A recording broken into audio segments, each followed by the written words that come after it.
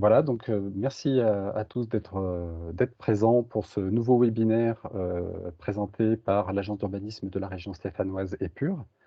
Je vous rappelle, pour les personnes qui en ont l'habitude, ça sera une redite, et puis pour les personnes qui sont nouvelles sur ce format de diffusion d'études, qu'au cours de que ce webinaire est enregistré, qu'il sera visionnable en replay sur le site internet de l'agence.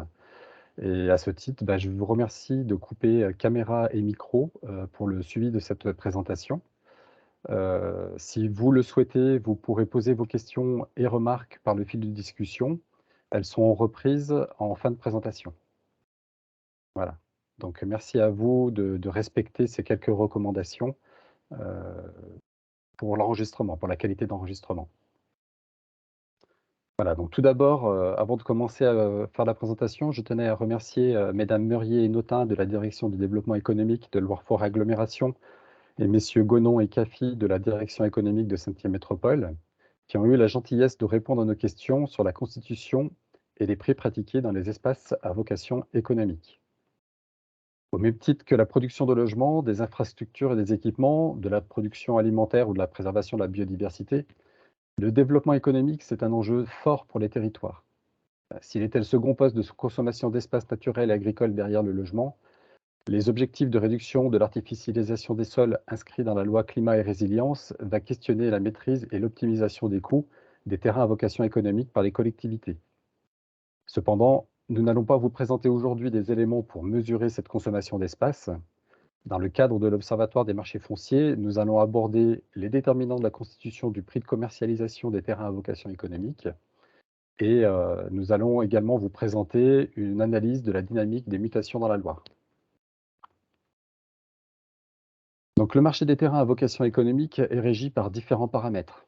S'ils répondent sensiblement aux mêmes logiques de constitution du marché des terrains à bâtir à destination d'habitat, que ce soit pour le foncier brut ou les terrains aménagés, sur la valeur d'acquisition qui va être acceptée par l'acheteur, certains critères vont avoir un impact plus ou moins fort sur son prix, en fonction de la tension observée sur le marché, suivant la stratégie de développement choisie par les territoires pour répondre à ces questions, soit en extension ou en recyclage d'anciennes friches par exemple, en fonction également du type d'activité à implanter et de la visibilité de ces activités, des contraintes physiques des sols, s'ils sont pentus, s'ils sont pollués, si ils sont soumis aux risques miniers ou d'inondation, etc., de l'attractivité et de la concurrence aussi entre les territoires, et bien sûr de l'interventionnisme public pour l'aménagement des terrains. Donc c'est un marché qui répond tout d'abord à une commande politique. Même si les besoins de foncier sont exprimés par les entreprises locales, jusqu'au début des années 2000, la demande de création des zones d'activité dans les documents d'urbanisme était portée par les élus communaux, en lien avec les intérêts économiques de leur territoire. Donc ceci prévoyait l'implantation de plus ou moins grandes zones artisanales, commerciales ou industrielles dans les communes, parfois sans connaissance globale de l'offre immobilière et foncière existante dans les territoires de proximité. Avec la prise de compétences aménagement économique des EPCI rendue obligatoire par la loi NOTRe depuis le 1er janvier 2017, il est attendu un changement d'approche par la mise en place d'une stratégie globale sur un temps long. Celle-ci doit s'appuyer sur une analyse croisée des besoins des entreprises souhaitant se développer dans le territoire et l'offre actuellement disponible et future repérée dans les gisements fonciers ou les espaces possibles de densification dans les zones économiques et le tissu urbain existant. Donc ce travail de repérage et d'évolution des pratiques d'aménagement est d'autant plus essentiel que les territoires doivent se conformer aux documents stratégiques de planification territoriale de l'intercommunalité, donc via le PLU ou PLUI aujourd'hui de plus en plus répandu, des schémas de cohérence territoriaux, et ils doivent répondre aussi aux objectifs de sobriété foncière inscrits dans la loi climat et résilience, à savoir la division par 2 de la consommation foncière à l'horizon 2030 et l'objectif de zéro artificialisation nette en 2050. Les projets de développement économique restent toutefois très politiques, hein. La demande remonte toujours par les élus qui sont sollicités par les entreprises de leur territoire. Néanmoins, le portage par le PCI a changé leur approche et leur acceptation des montants plus élevés pour l'achat et pour la cession du foncier. Cette doctrine aujourd'hui est bien entendue par les élus, c'est celle de l'enjeu pour une entreprise, ce n'est pas d'avoir le terrain le moins cher possible, c'est tout simplement d'avoir un terrain. Donc c'est un foncier aussi qui répond aux lois des marchés économiques. Donc ce n'est pas l'usage actuel du terrain qui fait sa valeur, mais son usage futur. C'est ainsi que Joseph Comby qui est économiste urbaniste, expert sur les questions foncières, résume la logique de formation de la valeur des marchés fonciers. Selon lui, le prix de vente d'un terrain dépend de l'effort financier que l'acheteur pourra réaliser par rapport à la rentabilité qu'il espère tirer de son bien. Le foncier à vocation économique, qu'il soit brut ou aménagé, n'échappe pas à ce constat. Mais ce marché semble également soumis à la loi de l'offre et de la demande. Dans une enquête récente d'Intercommunalité de France, les territoires ont fait l'état d'une rareté croissante du foncier économique, avant même l'entrée en application de la loi climat et résilience. 27% d'entre eux estiment que leur parc d'activité est déjà saturé, 72% d'ici 3 ans et 93% d'ici 8 ans. Cette pénurie est différenciée selon les territoires, bien sûr, selon les surfaces. Il ne va pas y avoir la même pression sur des terrains de 2000, 4000 ou 1 hectare, enfin 2000 m², 4000 m² ou 1 hectare. Et bien sûr, en fonction de l'usage qui va résulter de l'acquisition de ce terrain. Donc les intercommunalités de la Loire ne font pas exception à ce constat. Face aux multiples demandes et dans un contexte d'offres limitées, il est observé une forte progression du prix des mutations, en particulier pour le foncier économique privé. C'est un foncier qui va se différencier en fonction des territoires. Les prix sont supérieurs dans les secteurs où la demande est plus forte, notamment à proximité des centres urbains comme Saint-Étienne, Roanne ou Montbrison.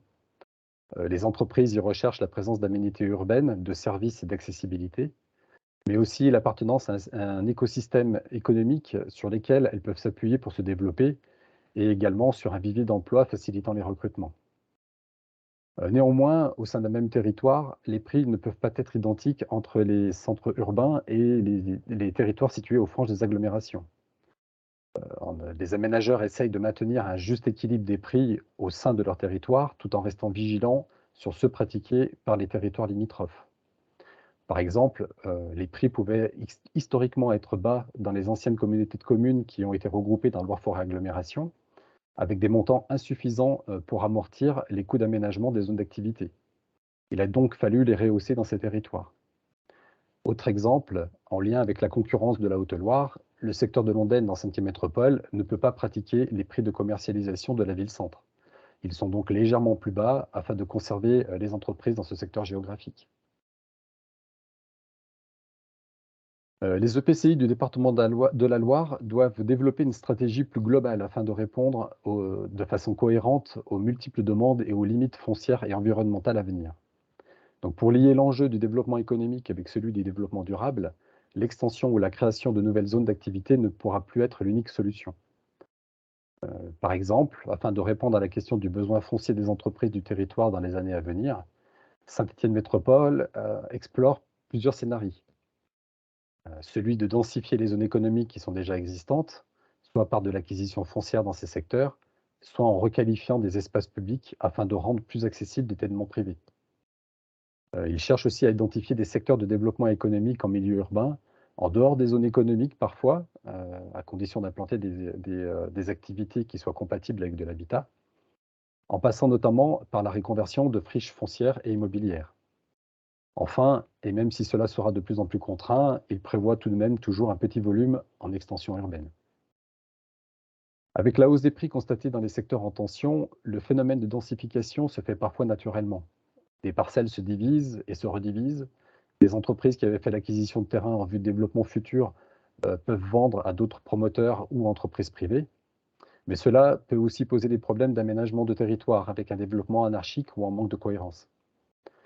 D'ailleurs, afin d'avoir une meilleure connaissance des potentialités de développement de leur zone d'activité, repérer des dents creuses ou voir, estimer les capacités de densification des zones, les territoires comme Saint-Étienne Métropole ou Loire-Forêt Agglomération ont sollicité l'agence d'urbanisme pour déterminer ces gisements fonciers au sein de leur territoire. Mais en fonction de la stratégie retenue, entre extension ou recyclage, les coûts d'opération peuvent varier du simple au double. Les opérations de résorption de friches, de requalification doivent intégrer la démolition des bâtis existants qui ne seraient pas utiles pour une nouvelle installation. Elles peuvent aussi intégrer la dépollution des terrains, en plus du coût d'aménagement de ceux-ci. Donc, de ceux-ci. Donc la nature et l'occupation des sols va aussi avoir un impact sur le prix, qui va être affiché ce marché foncier des terrains à vocation économique. Dans le cas des sols qui sont identifiés comme du gisement foncier, le prix est un compromis entre la valeur d'usage actuelle du terrain et celle de l'usage futur qui est pressenti. La destination finale d'un terrain va donc influencer le prix de commercialisation de celui-ci en le différenciant par le type d'activité qui s'y développera. Le coût du foncier pour des activités secondaires est généralement moins cher que celui affiché pour les activités tertiaires. Les territoires vendent du terrain au mètre carré pour les industries et de l'artisanat. Et pour des activités de services, de bureaux ou de commerce, il est vendu plutôt une surface potentiellement développable, une surface de plancher de construction, permettant une plus grande rentabilité du projet, d'où des prix sur le foncier qui vont être différents. Et puis les coûts de production sont simplifiés dès que les terrains sont plats et de forme géométrique adaptée. Leur commercialisation seront également facilitées si les terrains sont connectés à un réseau de voirie permettant aux entreprises d'être aisément accessibles et de bénéficier d'un effet vitrine. En revanche, les secteurs vallonnés du département de la Loire sont plus contraints et nécessiteront des travaux de terrassement supplémentaires. Donc les coûts d'aménagement seront donc plus importants à supporter pour les entreprises qui s'y installeraient. Et de fait, les territoires peuvent décoter le prix de ces tènements pour amortir celui de l'aménagement des terrains. Dans le cadre des opérations de dépollution, le territoire ligérien peut s'appuyer sur l'établissement public foncier de l'Ouest Rhône-Alpes, EPORA. En vertu du principe du pollueur-payeur, la réparation des effets d'une pollution incombe à l'exploitant de l'activité. Pour autant, il est possible que l'exploitant soit insolvable ou non identifié. Dans cette hypothèse, la collectivité territoriale ou l'EPORA peut prendre en charge la remise en état du site avant de l'aliéner, faisant ainsi économiser à l'acquéreur cette charge supplémentaire. Enfin, le prix de commercialisation peut être différencié si jamais nous avons affaire à une offre qui est en secteur public ou en secteur privé. Le prix de vente d'un terrain, c'est le fruit d'un raisonnement particulier qui va permettre à l'aménageur public, qu'il soit public ou privé d'ailleurs, hein, d'équilibrer son bilan. Dans le cas d'un bien à équiper, il lui faudra estimer les dépenses de l'opération, donc le prix d'acquisition du foncier brut, les coûts d'aménagement et les recettes qu'il va en retirer par rapport à la charge foncière en fonction du mètre carré de chaîne, par exemple. Toutefois, des différences peuvent apparaître en fonction du statut de l'aménageur. La tension du marché des terrains à bâtir, de plus en plus forte dans certains pôles ligériens, a un impact important dans les prix de mutation, en particulier quand celles-ci se font de privé à privé. Les collectivités territoriales ne pouvant répondre à toutes les demandes des entreprises, elles s'appuient sur l'offre privée disponible, en terrain brut, en terrain aménagé ou de locaux vacants, qui voit ses prix fortement augmenter depuis quelques années avec l'accroissement de la demande. Donc la logique entre la valeur d'un terrain privé et d'un terrain public n'est pas la même. Selon Joseph Combi, la production foncière subventionnée par les collectivités publiques échappe aux logiques de marché. Quand d'un côté, le profit guide les ventes, de l'autre, c'est l'implantation de l'entreprise qui prédomine, parfois au détriment de la rentabilité du projet d'aménagement. Donc l'action publique va faire des efforts en fait sur la commercialisation de ces prix, mais toutefois, elle se retrouve confrontée à la hausse des prix du foncier brut dans ces zones économiques, sous l'influence des prix constatés dans le privé. Et donc, dans leur nouveau mandat, la plupart des collectivités ont dû réévaluer leur prix de cession afin d'amortir les coûts d'acquisition foncière et d'aménagement des terrains. Cela permet aux collectivités de proposer aux propriétaires fonciers des valeurs plus en adéquation avec le marché et d'avoir plus de marge de négociation. Cependant, le gap entre les prix du public et les prix constatés dans le foncier privé reste important. De fait, des entreprises qui s'étaient tournées vers le privé se repositionnent sur des lots publics qui voient la pression de la demande rester malgré tout forte. Mais les collectivités ne peuvent faire des zones communautaires que là où la puissance publique a la capacité à les faire. Elles ne peuvent pas en faire de partout. Elles ne peuvent pas faire l'acquisition de tous les terrains également dans une zone à vocation économique. Donc la connaissance du marché privé, d'en mesurer les capacités, est donc une nécessité pour le développement économique des territoires. Donc voilà pour cette première partie sur les différents éléments qui vont pouvoir impacter les prix de commercialisation des terrains à vocation économique. Dans cette seconde partie, je vais vous présenter les analyses que nous avons produites dans l'Observatoire des marchés fonciers à partir des données qui sont issues de la base DB3F et sur les mutations qui ont eu lieu entre 2010 et 2020. Et tout d'abord, nous allons définir quelques éléments clés sur lesquels porteront les analyses. L'activité économique, autre qu'agricole, est perçue de manière générale à travers l'existence d'espaces à vocation économique accueillant de l'industrie, des commerces, de l'artisanat. Souvent installés sur des lieux stratégiques tels que les axes routiers structurants et les échangeurs, les zones à vocation économique ont tendance à se localiser en périphérie des centres urbains, consommant de l'espace et engendrant de nouvelles dépenses, en voirie, en réseau, en déplacement, etc. Donc certains de ces espaces ont été identifiés dans les SCOT comme des espaces de développement stratégique des territoires. Certains besoins locaux et micro-locaux ne sont pas couverts par ces sites stratégiques. Il s'agit des espaces économiques accueillant prioritairement des activités endogènes, nécessitant la localisation à proximité de leur clientèle et fournisseurs. Ces espaces peuvent être encadrés par un schéma d'accueil économique, dit SAE, élaboré à l'échelle de l'EPCI. Le SAE n'est pas un document réglementaire. Il accompagne les politiques de développement économique en identifiant les potentiels gisements fonciers et il alimente les documents d'urbanisme et de planification tels que les PLU, PLUI ou les SCOT. Dans le cas du SCOT Sud-Loire, ce sont 4 PCI qui élaborent chacune un SAE. Cela représente plus de 300 espaces économiques qui sont répartis dans près de 200 communes. Ces espaces seront différenciés avec les territoires sans SAE, mais disposant de zones d'activité qui sont généralement situées au nord du département. Donc voilà, on fait bien la distinction dans notre analyse des espaces qui vont être en SAE, des espaces qui vont être hors SAE. Mais toutes les informations qui vont vous être délivrées sont des mutations qui ont lieu dans les zones d'accueil économique. Juste un petit rappel vis-à-vis de la base DB3F, c'est la base qui est la plus utile pour la connaissance des marchés fonciers et immobiliers, par la simplification qu'elle apporte, par son exhaustivité, par son enregistrement, avec l'intégration des bases exogènes comme les fichiers fonciers. Elle s'avère notamment utile pour une observation fine des marchés en quantifiant les volumes de transactions, les volumes de surface, les volumes de prix échangés. Ça sert donc à déterminer des prix par type de bien et aussi de les territorialiser. Pour plus de précision, je vous renvoie au webinaire du 27 avril 2021 qui est disponible en replay sur le site de l'Agence d'urbanisme et pur et qui a été consacré à cette base de données DB3F. Les mutations de terrain à vocation économique suivies dans l'observatoire sont tous les terrains qui se situent dans les périmètres des ZAE, qu'ils soient dans une SAE ou non. Une distinction sera apportée entre les terrains qui ont vu apparaître la construction d'un local après l'acquisition du terrain. On va nommer ces terrains des terrains à bâtir aménagés, puisqu'ils ont vu un local d'activité économique se développer quelques années après l'acquisition de ces terrains. Et puis des terrains encore non construits que l'on va nommer réserves foncières.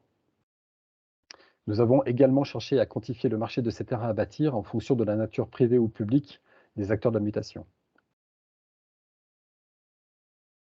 Le nombre de mutations enregistrées dans le département de la Loire se situe essentiellement dans le SCOT Sud-Loire, puisque nous avons 78% de ces mutations qui ont été enregistrées sur ce territoire-là. Et dans une moindre mesure, on a également le SCOT Orwannais qui en recense 18%. Les mutations des terrains à vocation économique se concentrent à proximité des grands pôles urbains de Saint-Étienne, de Roanne, donc de Saint-Étienne ici, de Roanne ici, de Montbrison et également de Feurs. C'est également dans les grands sites stratégiques définis dans les SCOT, comme la Dayden Loire Sud, qui va se situer ici, ou la zone des plaines qui se situe sur Saint-Marcellin-en-Forêt et sur Bonson, où là encore, la densité de mutation va être relativement importante. Donc nous avons enregistré plus de 1850 transactions dans le département de la Loire depuis 2010, ce qui représente à peu près 300 millions d'euros qui ont été échangés sur cette période-là, sur ces 10 années. Donc nous avons les 3/4 des mutations qui se situent dans un périmètre SAE. C'est relativement logique puisque nous avons vu que 78% des mutations ont lieu sur le SCOT Sud-Loire et c'est principalement sur ce territoire-là que nous avons des SAE. Voilà, donc en moyenne dans la Loire, le prix d'une mutation se situe aux alentours de 26 € du mètre carré. Et ce sont des prix qui sont tirés vers le haut par les transactions qui ont lieu dans les SAE du Sud-Loire, hein. C'est ce que vous montre le graphique sur cette diapositive, où vous voyez la courbe qui s'élève jusqu'à 30 € du mètre carré sur les parties SAE.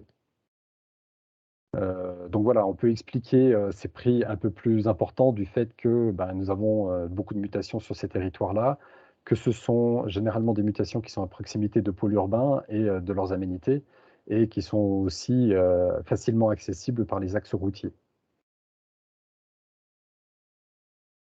Concernant les prix sont logiquement supérieurs dans les secteurs où la demande est plus forte, donc notamment à proximité des centres urbains.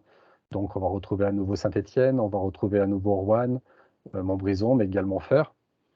Heu, il y a également, donc dans ces territoires-là, hein, je vous rappelle que les entreprises, ils recherchent la présence d'aménités urbaines, des services, l'accessibilité, l'écosystème économique avec le potentiel aussi, le vivier d'emploi qui s'y retrouve. Mais au sein des territoires, il y a aussi des différenciations, hein, qu'on peut constater au sein du département de la Loire. On a le SCOT du Rouennais qui présente les prix les plus abordables dans la période 2010-2020. Donc, nous sommes aux alentours de 14 € du mètre carré en moyenne, mais on observe sur la cartographie que les prix semblent relativement hétérogènes entre les zones rurales et les zones plus urbaines qui vont être situées autour de la ville de Roanne, où les prix là vont se situer au niveau des mutations que l'on peut constater également à Feurs et également sur la zone de Saint-Just-Saint-Rambert, par exemple. La proximité géographique avec le département du Rhône impacte également le prix du foncier dans le SCOT des Monts du Lyonnais. Heu, donc là, nous sommes sur les tarifs les plus élevés que nous avons pu constater sur le département de la Loire. Nous sommes en moyenne à 43 € du mètre carré. Alors c'est un secteur aussi sur lequel nous avons peu de mutations. Voilà, mais bon, on a également ce constat de proximité qui peut jouer également, dans la communauté de communes du Pilat rhodanien, donc sur la partie sud du département de la Loire. Et en plus de ça, dans ce secteur, les zones d'activité économique sont également sous la pression du foncier viticole, où les prix sont généralement plus élevés pour du foncier agricole.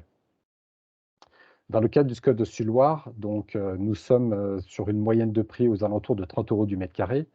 Mais comme pour le Rouennais, les prix semblent plus hétérogènes entre les secteurs plus périphériques, comme la communauté de communes des Monts du Pilat, où là, on va se retrouver avec des prix qui vont osciller entre 13 et 14 € du mètre carré.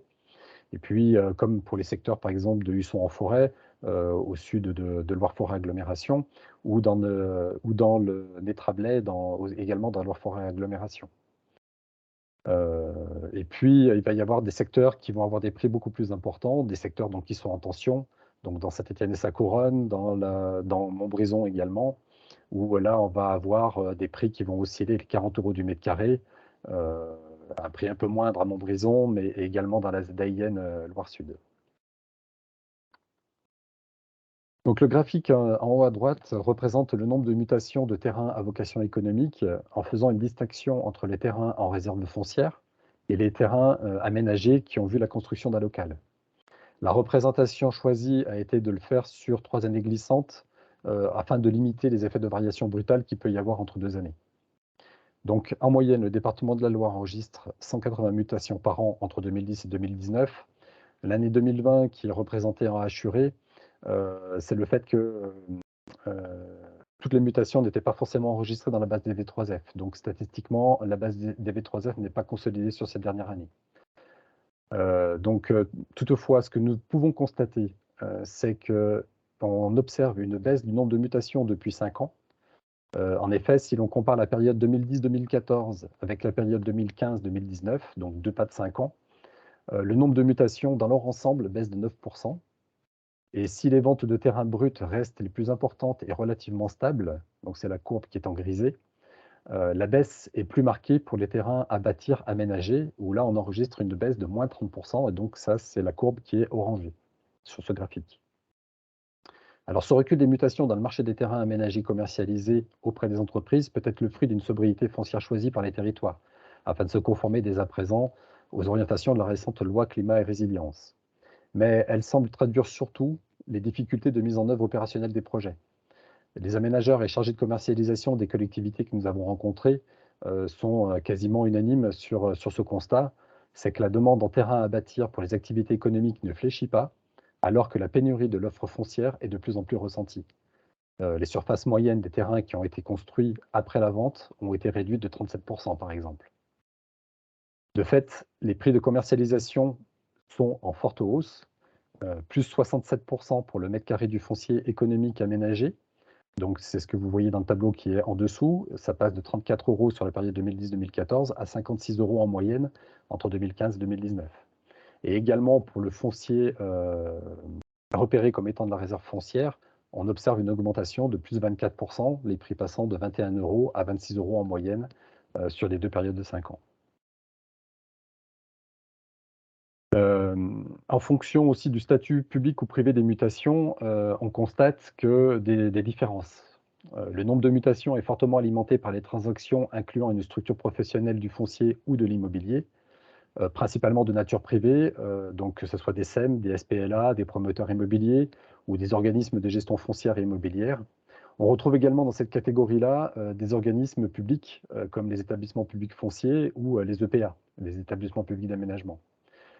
Sur le territoire de la Loire, ces professionnels du foncier et de l'immobilier sont responsables de 45 des achats du foncier à vocation économique. Le secteur privé, que ça soit donc industrie, commerce et particuliers, représente près de 30 des ventes et des achats. Enfin, plus d'une vente sur 4 est assurée par les collectivités territoriales, que ce soit l'État, la région, le département ou les EPCI. Les collectivités territoriales achètent des prix plus bas que les autres opérateurs, en moyenne aux alentours de 15 € du mètre carré. Les territoires n'ont pas l'ambition de faire de grosses plus-values, elles vendent en moyenne aux alentours de 24 € du mètre carré.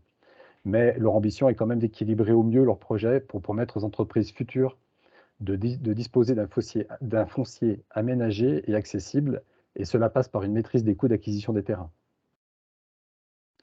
Les prix dans l'offre privée vont varier en fonction de l'opérateur, mais surtout par rapport à l'aménagement des terrains. Les particuliers et les entreprises semblent vendre et acheter un foncier brut, alors que les professionnels du foncier et de l'immobilier se permettent d'acheter des terrains à des prix plus concurrentiels et de remettre sur le marché des terrains déjà viabilisés, donc incluant des coûts d'aménagement. En moyenne, ils vont revendre ce foncier aux alentours de 44 € du mètre carré. Enfin, la catégorie autres, qui regroupe les propriétaires et exploitants de réseaux, que ce soit des infrastructures de transport, hein, les autoroutes, voies ferrées, etc., les réseaux d'eau, de gaz, d'électricité ou de télécommunications. Ça va aussi regrouper les établissements de santé et structures sociales, les établissements de tourisme, sportifs ou culturels, par exemple les hôtels, les campings. Donc c'est dans ce groupe, au nombre de mutations plus limité, on est à un peu plus de 10 des mutations constatées par ces acteurs-là, que les prix à l'achat sont les plus élevés. Donc ceci peut s'expliquer parce que les terrains recherchés doivent déjà être viabilisés, donc du coup ils sont forcément plus chers.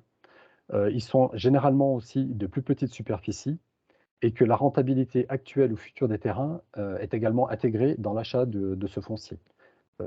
Ces structures sont prêtes à mettre un prix plus important que d'autres, tout simplement parce que la rentabilité qu'elles vont dégager de l'activité qu'ils vont développer sur ces terrains-là va être plus importante.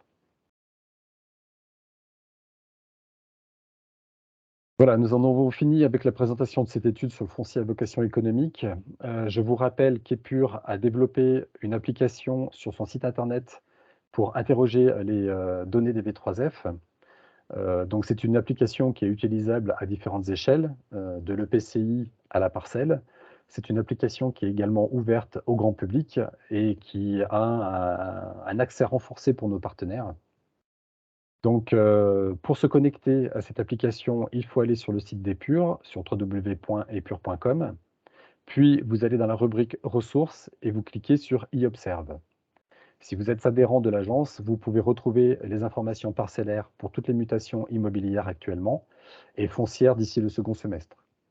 Si vous n'êtes pas adhérent, vous pourrez quand même bénéficier des informations sur les mutations aux échelles communales ou supracommunales. Voilà, je vous remercie de votre attention. Je vous annonce le sujet du prochain webinaire des observatoires de l'agence d'urbanisme qui aura lieu le 7 juin et qui traitera du sujet de la toile industrielle, donc encore un sujet sur l'économie. Là, avant de passer aux questions et aux remarques éventuelles que vous avez pu poser dans le fil de discussion, je vous rappelle donc que cette étude, sera disponible en replay sur, le site internet de l'agence d'urbanisme, ainsi que la présentation qui vous a été faite, ce matin. Également, vous retrouvez très probablement début juin, une note, d'étude, qui reprendra les différents éléments que je vous ai présentés. Voilà, nous allons pouvoir passer aux questions si jamais vous le souhaitez, si jamais il y en a qui ont été posées. Voilà, j'invite d'ailleurs mes, collègues qui, sont présents à cette présentation, à réagir, vis-à-vis des questions qui ont été posées si jamais, mes réponses ne sont pas, suffisamment complètes.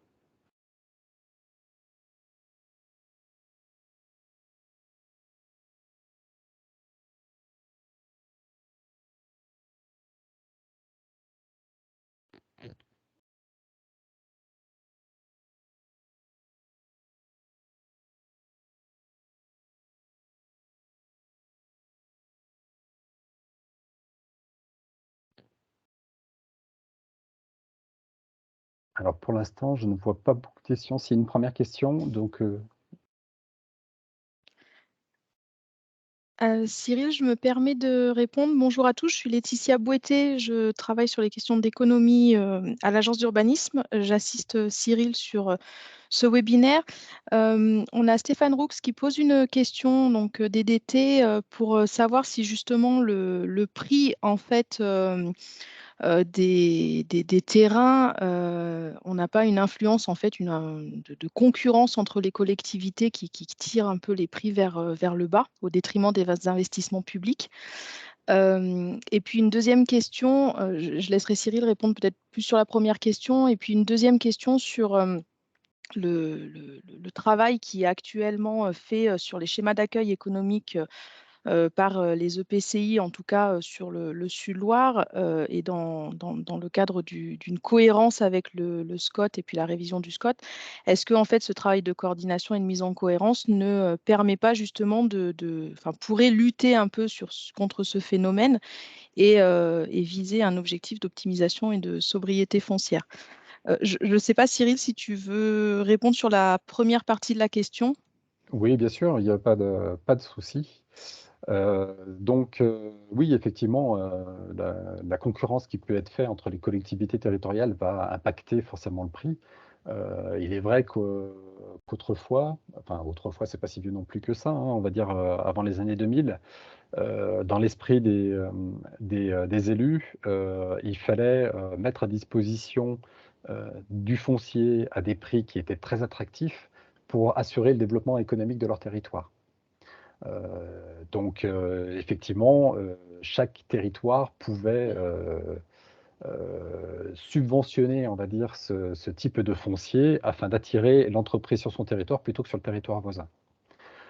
Aujourd'hui, avec, donc, l'émergence des EPCI, avec, les nouvelles lois et notamment les obligations, d'intégrer ce développement économique à l'échelle des communautés, des collectivités territoriales, de plus grande ampleur, font que, il y a une recherche d'homogénéité, en tout cas des prix au sein des territoires.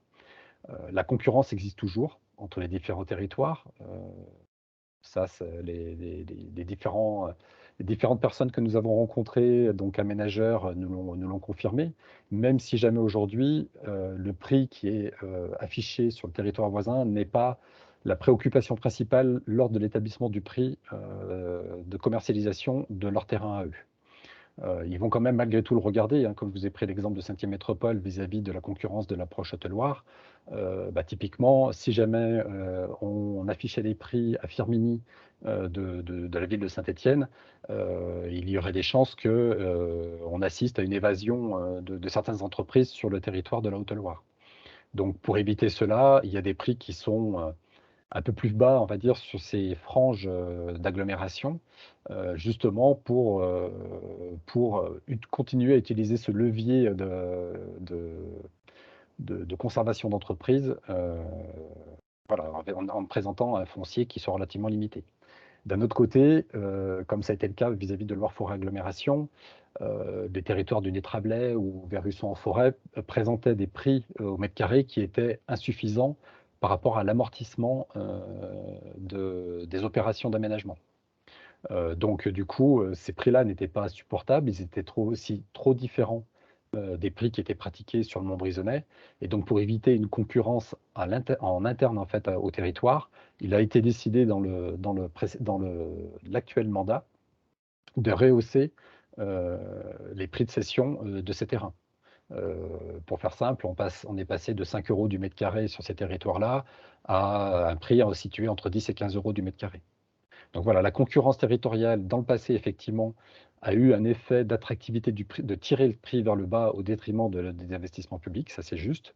Aujourd'hui, cette concurrence territoriale existe toujours, mais la priorité des aménageurs publics reste quand même d'essayer d'amortir au maximum le coût de l'aménagement. Concernant la seconde question, Laetitia, tu veux répondre? Oui, je peux compléter, je peux compléter parce qu'on a quand même un avantage sur notre territoire, c'est que, les EPCI, en tout cas du Sud-Loire, puisqu'on les Épure suit, ces schémas d'accueil économique et a accompagné, pour partie, les EPCI.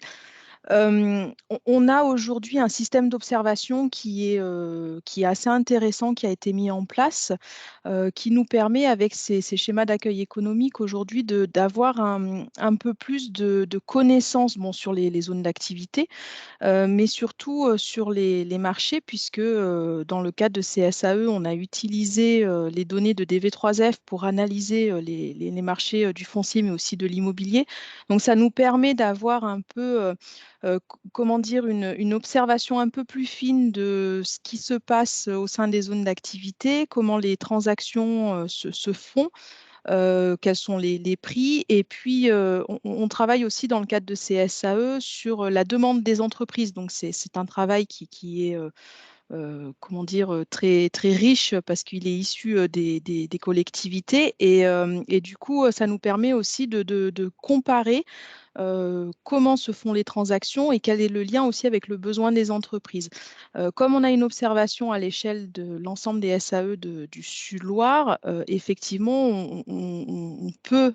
Alors moi, je vais pas, je vais plutôt parler de la loi climat et résilience et surtout que l'on peut, avec la loi climat et résilience, vous savez que les EPCI, enfin les collectivités doivent faire un inventaire de leurs zones économiques et surtout de la vacance qu'il y a dans ces zones. Et avec ce que demande la loi et ce que font les collectivités aujourd'hui sur nos territoires, oui, on peut arriver à un objectif, en tout cas, d'optimisation et de sobriété foncière, puisqu'on a une connaissance et une observation qui est assez fine sur le territoire et en tout cas sur la partie sud du territoire. J'enchaîne avec, je vois tout de suite une question apparaître, puis on verra après pour la question de Monsieur Vassal, mais je vois la question de Madame Jeanne qui dit: «Est-ce que les SAE relèvent des SCOT et le quid sur, enfin, du SRADET et des anciens schémas départementaux?» Alors, petit historique, donc, dans le cadre du SCOT Sud-Loire, il avait été, proposé par le SCOT que chaque collectivité initie et élabore un schéma d'accueil économique. Aujourd'hui, à l'échelle du Scott Sud-Loire, comme vous l'a dit Cyril, on a 4 SAE qui ont été élaborés à des moments différents, qui sont à des niveaux d'élaboration aussi différents. Pour, quoi qu'il en soit, pour chacun de ces SAE, donc, on a un recensement des zones d'activité économique. On a aussi un recensement de ce qui se passe dans ces zones d'activité économique, les entreprises, le fonctionnement, les aménagements, la signalétique. Enfin voilà, il y a tout un travail qui a été fait au fur et à mesure des SAE. Le premier SAE a été initié en 2011-2012 par Saint-Étienne Métropole. Ensuite, le Loire-Forêt Agglomération a élaboré son SAE, Mont du Pilat par la suite et actuellement, donc, c'est Forêt Est qui est en train de travailler sur son SAE et sur sa stratégie. Donc oui, pour vous répondre, les SAE relèvent des SCOT dans le sens où c'est le SCOT qui a demander pour avoir une meilleure lisibilité et visibilité de l'armature économique, donc à demander aux EPCI de faire ces schémas d'accueil économique et surtout que ces schémas d'accueil économique permettent en fait à l'EPCI d'avoir une meilleure connaissance de leur territoire en matière de zone économique, de foncier économique, d'immobilier économique, d'entreprise et surtout ça permet aussi aux EPCI d'appuyer leur stratégie en matière de développement économique, donc auprès de l'EPCI, auprès des SCOT, mais aussi dans les discussions qui pourront avoir lieu après pour la suite dans le cadre de la loi climat et résilience. Les zones qui avaient été identifiées comme zones à enjeu dans le SRADET ou dans les différents, il y avait aussi la DTA à l'époque, enfin, toutes ces zones stratégiques ont été reprises, bien entendu, dans le cadre des SAE. Aujourd'hui, les SAE, si vous voulez, l'objectif des SAE, c'était d'identifier et de permettre en fait d'avoir un développement économique pour les zones plutôt locales et micro-locales, mais aujourd'hui dans les SAE, on prend aussi en compte et on traite aussi de la stratégie pour les zones dites de Sud-Loire et métropolitaine, c'est-à-dire les plus grosses zones sur le territoire. Voilà, donc là, on est bien sur ce qui se passe au niveau du SCOT Sud-Loire, puisque Épure suit ces schémas d'accueil économique. Voilà, donc s'il y a peut-être des compléments côté Rouennais Agglo, n'hésitez pas à en parler. J'ai été un petit peu longue. Du Pas de coup, souci, pas de ouais, souci, je Laetitia. reviens sur il y a Monsieur Vassal Julien Vassal qui a posé une question. Je ne sais pas, Cyril, Oui, si tu la vois affichée. donc sur le bâti en friche, un promoteur propose actuellement quasiment 100 € du mètre carré, donc de privé à privé. Ils sont donc hors sol. Nous, ce qu'on a constaté, en tout cas les prix qu'on vous a présentés, ce sont des prix qui sont basés sur une période qui est relativement longue, entre 2010 et 2020. Même si jamais nous avons intégré l'inflation dans les mutations qui étaient les plus anciennes, on est effectivement sur des prix qui sont plus bas.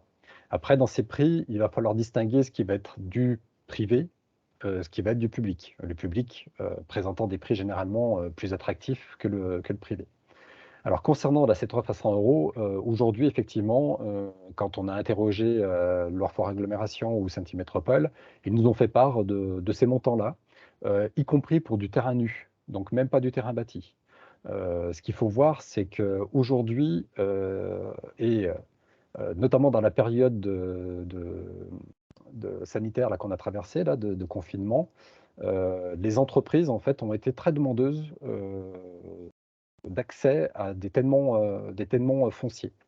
Parce que ils ont prévu, dans ce temps de repos, enfin de diminution de l'activité, ils ont revu un petit peu leur plan de développement et beaucoup, en fait, se sont lancés dans la recherche d'acquisition de terrain.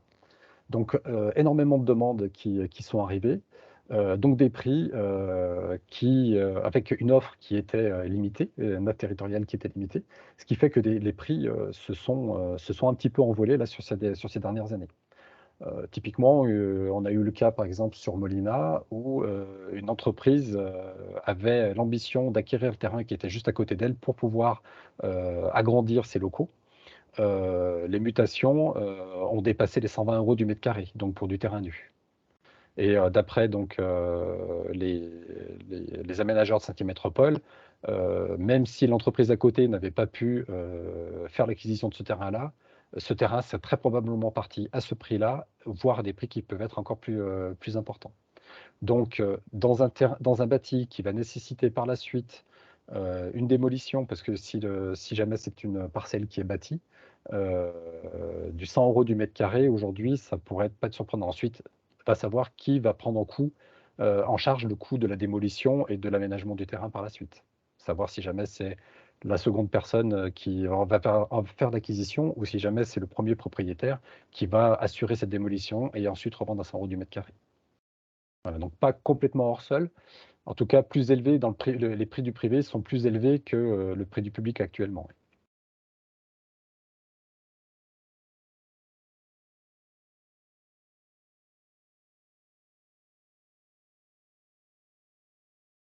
Alors avec, une autre question là de Philippe Fardou, avec, la zéro artificialisation nette, le foncier vaut de l'or et la spéculation se développe, non?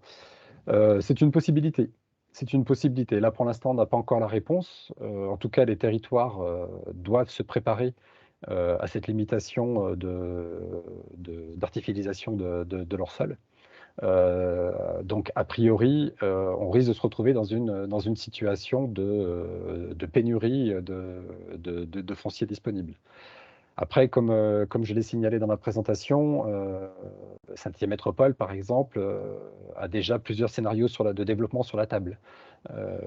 Donc, l'étude de gisement foncier qu'ils ont commandée à l'agence d'urbanisme leur a permis de repérer tout ce qui était dans Creuse, de voir les possibilités de densification donc des zones d'activité, également de revoir le découpage de certains tènements qui pouvaient être soit trop grands, et ne répondant pas du coup à la demande des entreprises. Donc, d'un tènement de 4000 m², revoir peut-être des tènements plus petits de 2000-2500 m² qui aujourd'hui ont énormément de demandes. Il y a aussi la possibilité d'aller chercher du foncier dans ces zones d'activité-là qui sont pour l'instant non accessibles parce que non desservies par une voirie. Donc Septième Métropole réfléchit à faire des aménagements de voirie pour libérer du foncier qui n'est pas forcément détenu par la métropole, qui peut être détenu par du privé, mais qui permettrait de pouvoir répondre aux demandes des entreprises. Donc oui, la raréfaction du foncier va demander d'intégrer de nouvelles stratégies de développement et de fait peut impacter les prix du foncier dans les années à venir.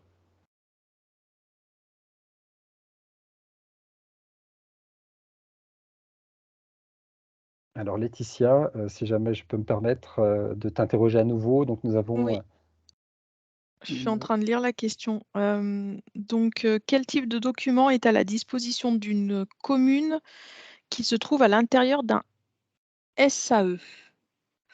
Alors je sais pas, je comprends pas trop la question. Quel type de document est à la disposition d'une commune qui se trouve à l'intérieur d'un SAE?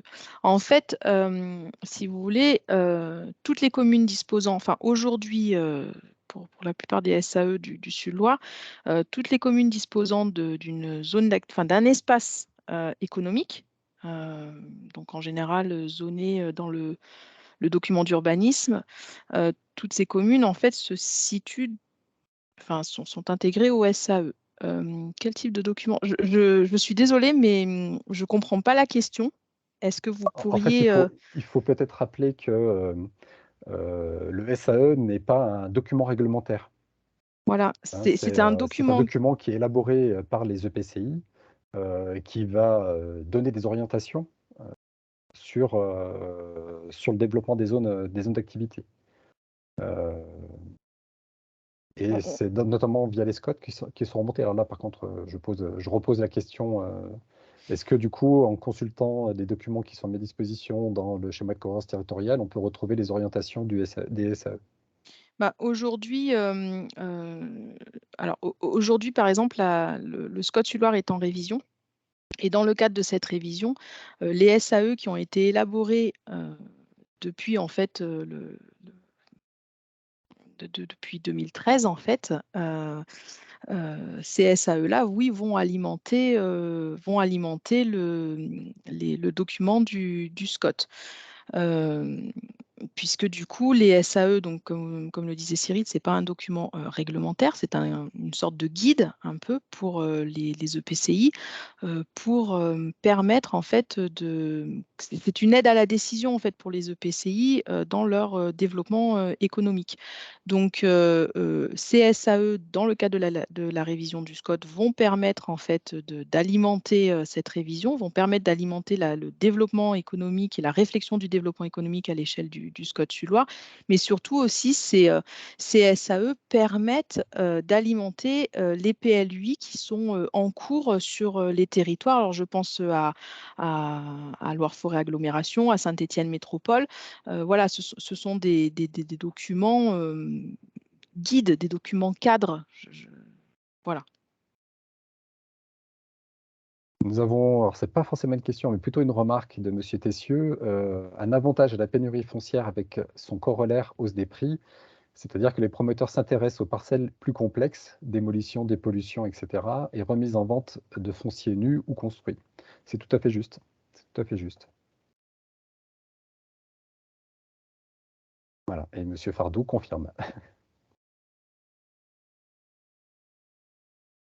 Oui, alors, c'est vrai que Philippe Fardou signale que la reconversion des sites prenne du temps. Effectivement, c'est quelque chose que je n'ai pas abordé dans la présentation.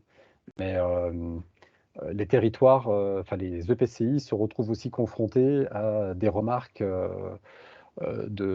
comme si jamais c'était la volonté de l'EPCI de bloquer en fait le développement économique de certaines zones du territoire. C'est complètement faux. Mais il faut effectivement du temps pour aménager ces fonciers, déjà pour en faire l'acquisition, parce qu'il y a négociation forcément, donc pour faire l'acquisition des terrains, pour faire tout ce qui est proto-aménagement et ensuite commercialiser, faire la cession de ces terrains-là.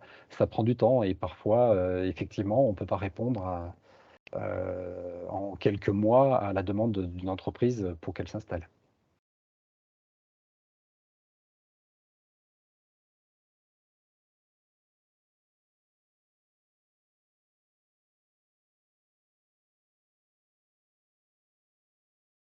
Donc je ne sais pas si jamais vous avez d'autres questions sur la présentation qui vous a été faite ou d'autres réactions, comme Monsieur Fardou, Tessieux ont pu le faire dans le fil de conversation.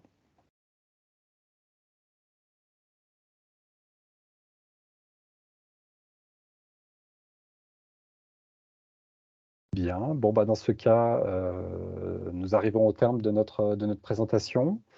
Je remercie toutes les personnes donc, qui ont participé à l'élaboration de ce webinaire. Je remercie également toutes les personnes qui sont venues le suivre et le consulter. Et donc, nous vous disons à très bientôt pour le prochain webinaire, donc, qui aura lieu le 7 juin et qui aura pour thématique la tôle industrielle. Voilà, bonne journée, bonne fin de journée à tous et à très bientôt.